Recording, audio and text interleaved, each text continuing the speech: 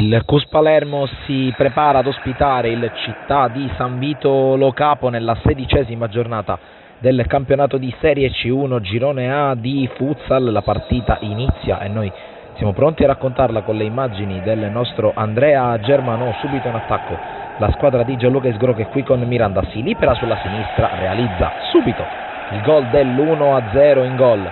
Il capitano del Cus Palermo, che dunque sblocca la partita per la sua squadra. Immancabile la firma del numero 10 giallo-nero nelle partite della squadra guidata da Isgro. Poi insiste il Cus Palermo e qui attacca sulla banda sinistra dell'area, si propone per andare a calciare, palla che si perde fuori. Poi primo tentativo offensivo da parte del San Vito con Voltaggio che si libera e calcia, bravo in spaccata Lo Piparo sia a negare il gol che a negare un eventuale assist, ma qui calcio di punizione. Carlo Amici col sinistro, il suo marchio di fabbrica, passa sotto la barriera tra le gambe del portiere ospite Gammicchia e dunque 2-0 per il Cus Palermo. Torna a segnare al Palacus Carlo Amici, un gol importantissimo che consente di mettere la gara ancora di più sui binari preferiti dei padroni di casa, anche se qui il San Vito si propone in avanti con la giocata di Allegra, ruleta e conclusione che si perde fuori. Altro calcio di punizione per il Cus, ancora Carlo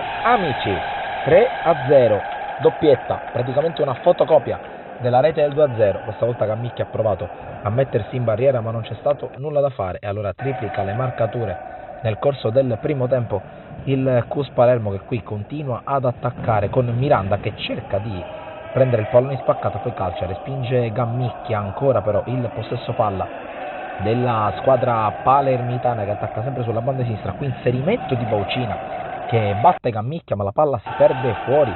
Poi improvviso attacco da parte del San Vito Lo Capo, che guadagna un tiro di rigore dal dischetto. Si presenta Voltaggio davanti a Lo Piparo e dopo il fischio dell'arbitro, conclusione forte e precisa che vale il 3-1. All'improvviso prova a rimettersi in partita la squadra guidata da Basile, che in avvio di secondo tempo ha una grande opportunità per andare a segnare, ma è bravissimo Lo Piparo con l'aiuto del palo a dire di no. Poi altra conclusione respinta, dunque si rimane sul 3-1 in favore del Cus Palermo, 3-1 che però rimarrà per poco perché dell'aria lo schema per Vincenzo Lucchese, rete del 4-1.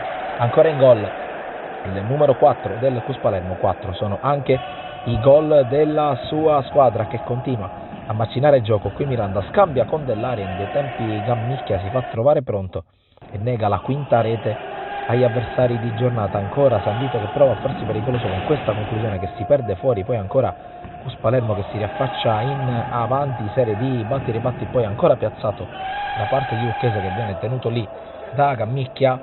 Poi Cus Palermo che prova a sfruttare una palla inattiva con dell'aria sinistro, palla che si perde fuori, poi rimane anche a terra l'ex giocatore di Sporting Alcamo e Real Termini.